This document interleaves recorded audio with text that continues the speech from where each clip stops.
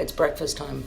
A lot of people were asking me to do that omelet, so I'm going to do it today because I was going to do migas for breakfast, but I then realized that I don't have any peppers or tomatoes in the fridge, so we're just going to do this spinach.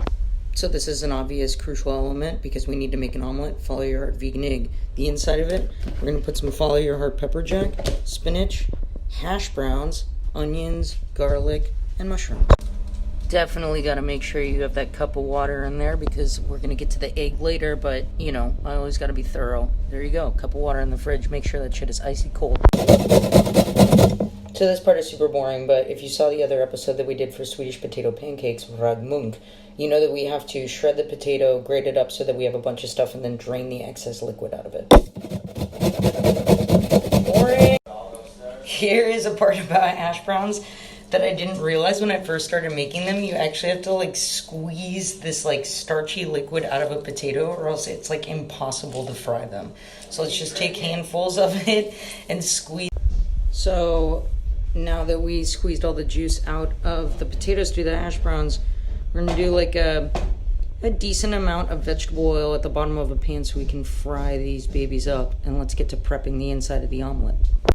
So the inside, we took 3 cloves of garlic and chopped them up pretty nice. Baby onion, and chopped that up pretty nice. 3 mushrooms, and then we're just gonna rip and go with the spinach because it wilts down to really small anyways. And at this point, now the oil should be heated up enough. Oh yeah, I can see the steam rising from it for us to dump these fucking potatoes in there and fry them up. Yeah, perfect.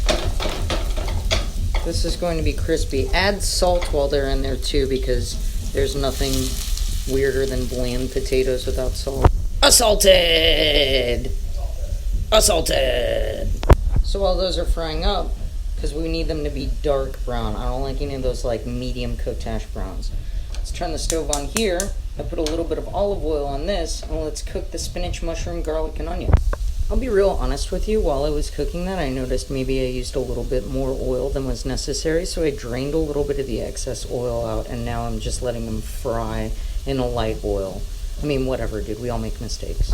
So you know the drill.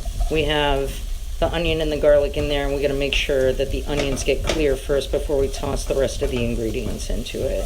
While that's going on, we should probably blend up the vegan egg so that we can do this pan with our actual omelet. I'm gonna take the spinach, tons of handfuls like this, and then just rip it into shreds and put it in with the mushrooms and the onion and the garlic because I don't really want to chop it. I'll just rip it up, whatever, savage. So there we go. You got your mushrooms, cooking your spinach down, move that around. Your hash browns should be almost done, so we can remove those from the heat soon. Let's let that cook up a little bit and make our egg. So for our egg recipe, 2 tablespoons of Follow Your Heart vegan egg, a pinch of namek, and a half a cup of ice cold water. Let's blend this. Blended the egg up, a tiny bit of oil, and let's let this pan heat up and pour it in. Start the omelet. Here we go.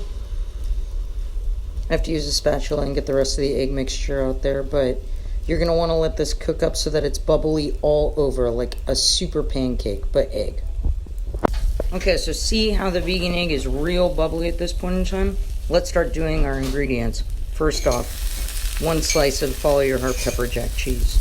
Step 2, let's put some hash brown over that fucking cheese. Yikes! Pull that one away. You want one side to be open. Step 3, let's put our spinach and mushroom mix and pile it up on top.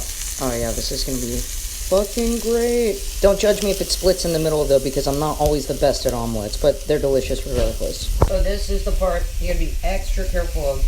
Run your spatula underneath the bottom, and then flip it up like that, and then press it on there, and try to scooch your omelet around.